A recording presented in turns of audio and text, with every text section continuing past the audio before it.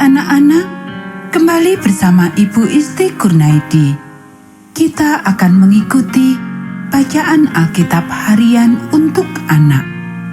Hari ini, tanggal 23 September, bacaan Alkitab kita, Markus pasal 15. Mari kita awali dengan doa. Bapa di surga, kami akan belajar firman Tuhan. Tolong kami supaya kami dapat memahami firman Tuhan. Dalam nama Tuhan Yesus kami berdoa. Amin. Yesus di hadapan Pilatus. Pagi-pagi benar, imam-imam kepala bersama tua-tua dan ahli-ahli Taurat dan seluruh mahkamah agama sudah bulat mufakatnya. Mereka membelenggu Yesus lalu membawanya dan menyerahkannya kepada Pilatus. Pilatus bertanya kepadanya, "Engkaukah raja orang Yahudi?" Jawab Yesus, "Engkau sendiri mengatakannya." Lalu imam-imam kepala mengajukan banyak tuduhan terhadap dia. Pilatus bertanya pula kepadanya, katanya, "Tidakkah engkau memberi jawab? Lihatlah betapa banyaknya tuduhan mereka terhadap engkau." Tetapi Yesus sama sekali tidak menjawab lagi, sehingga Pilatus merasa heran. Telah menjadi kebiasaan untuk membebaskan satu orang hukuman pada tiap-tiap hari raya itu menurut permintaan orang banyak. Dan pada waktu itu, adalah seorang yang bernama Barabas sedang dipenjarakan bersama beberapa orang pemberontak lainnya. Mereka telah melakukan pembunuhan dalam pemberontakan. Maka datanglah orang banyak dan meminta supaya sekarang kebiasaan itu diikuti juga. Pilatus menjawab mereka dan bertanya, "Apakah kamu menghendaki supaya kubebaskan raja orang Yahudi ini?" Ia memang mengetahui bahwa imam-imam kepala telah menyerahkan Yesus karena dengki. Tetapi imam-imam kepala menghasut orang banyak untuk meminta supaya Barabaslah yang dibebaskannya bagi mereka. Pilatus sekali lagi menjawab dan bertanya kepada mereka, "Jika begitu, apakah yang harus kuperbuat dengan orang yang kamu sebut raja orang Yahudi ini?" Maka mereka berteriak lagi, katanya, "Salibkanlah dia." Lalu Pilatus berkata kepada mereka, "Tetapi kejahatan apakah yang telah dilakukannya?" Namun mereka makin keras berteriak, "Salibkanlah dia." Dan oleh karena Pilatus ingin memuaskan hati orang banyak itu, ia membebaskan Barabas bagi mereka. Tetapi Yesus disesahnya lalu diserahkannya untuk disalibkan. Yesus diolok-olokkan. Kemudian serdadu-serdadu membawa Yesus ke dalam istana, yaitu gedung pengadilan, dan memanggil seluruh pasukan berkumpul. Mereka mengenakan jubah ungu kepadanya, menganyam sebuah mahkota duri dan menaruhnya di atas kepalanya. Kemudian mereka mulai memberi hormat kepadanya, katanya, "Salam, hai Raja orang Yahudi." Mereka memukul kepalanya dengan buluh dan meludahinya dan berlutut menyembahnya. Yesus disalibkan.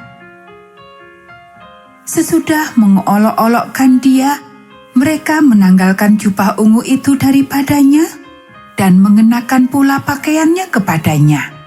Kemudian Yesus dibawa keluar untuk disalibkan. Pada waktu itu, lewat seorang yang bernama Simon orang Kirene, ayah Alexander dan Rufus, yang baru datang dari luar kota, dan orang itu mereka paksa untuk memikul salib Yesus. Mereka membawa Yesus ke tempat yang bernama Golgota, yang berarti tempat tengkorak. Lalu mereka memberi anggur bercampur mur kepadanya, tetapi ia menolaknya. Kemudian mereka menyalibkan dia, lalu mereka membagi pakaiannya dengan membuang undi atasnya untuk menentukan bagian masing-masing.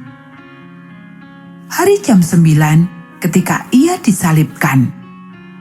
Dan alasan mengapa ia dihukum disebut pada tulisan yang terpasang di situ, Raja Orang Yahudi.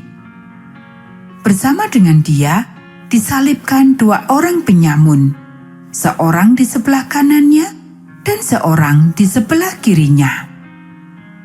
Demikian genaplah nas Alkitab yang berbunyi, ia akan terhitung di antara orang-orang durhaka. Orang-orang yang lewat di sana menghujat dia, dan sambil menggelengkan kepala, mereka berkata, "Hai engkau yang mau merubuhkan bait suci dan mau membangunnya kembali dalam 3 hari, turunlah dari salib itu dan selamatkan dirimu." Demikian juga imam-imam kepala bersama-sama ahli Taurat mengolok-olokkan dia di antara mereka sendiri, dan mereka berkata, "Orang lain ia selamatkan, tetapi dirinya sendiri tidak dapat ia selamatkan.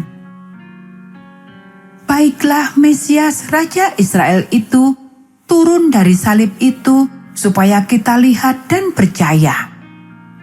Bahkan kedua orang yang disalibkan bersama-sama dengan dia mencela dia juga. Yesus mati.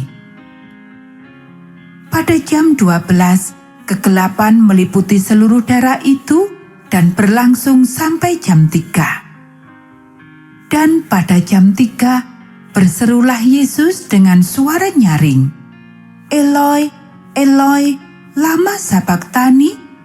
yang berarti, "Allahku, Allahku, mengapa engkau meninggalkan aku?" Mendengar itu, beberapa orang yang berdiri di situ berkata, "Lihat, ia memanggil Elia." Maka datanglah seorang dengan bunga karang, mencelupkannya ke dalam anggur asam, lalu mencucukkannya pada sebatang bulu dan memberi Yesus minum serta berkata, "Baiklah, kita tunggu dan melihat apakah Elia datang untuk menurunkan dia." Lalu berserulah Yesus dengan suara nyaring dan menyerahkan nyawanya. Ketika itu, tabir bait suci terbelah 2 dari atas sampai ke bawah. Waktu kepala pasukan yang berdiri berhadapan dengan dia melihat matinya demikian, berkatalah ia, "Sungguh, orang ini adalah Anak Allah." Ada juga beberapa perempuan yang melihat dari jauh, di antaranya Maria Magdalena, Maria ibu Yakobus muda dan Yoses, serta Salome. Mereka semuanya telah mengikut Yesus dan melayaninya waktu ia di Galilea. Dan ada juga di situ banyak perempuan lain yang telah datang ke Yerusalem bersama-sama dengan Yesus. Yesus dikuburkan. Sementara itu, hari mulai malam, dan hari itu adalah hari persiapan, yaitu hari menjelang Sabat. Karena itu, Yusuf orang Arimatea, seorang anggota majelis besar yang terkemuka, yang juga menanti-nantikan kerajaan Allah, memberanikan diri menghadap Pilatus dan meminta mayat Yesus. Pilatus heran waktu mendengar bahwa Yesus sudah mati. Maka ia memanggil kepala pasukan dan bertanya kepadanya apakah Yesus sudah mati. Sesudah didengarnya keterangan kepala pasukan, ia berkenan memberikan mayat itu kepada Yusuf. Yusuf pun membeli kain lenan, kemudian menurunkan mayat Yesus dari salib dan mengapaninya dengan kain lenan itu. Lalu ia membaringkan dia di dalam kubur yang digali di dalam bukit batu. Kemudian digulingkannya sebuah batu ke pintu kubur itu. Maria Magdalena dan Maria ibu Yoses melihat di mana Yesus dibaringkan. Anak-anak, demikianlah bacaan firman Tuhan hari ini. Mari kita akhiri dengan doa. Bapa di surga, terima kasih kami sudah belajar firman Tuhan. Tolong kami supaya kami dapat melakukannya.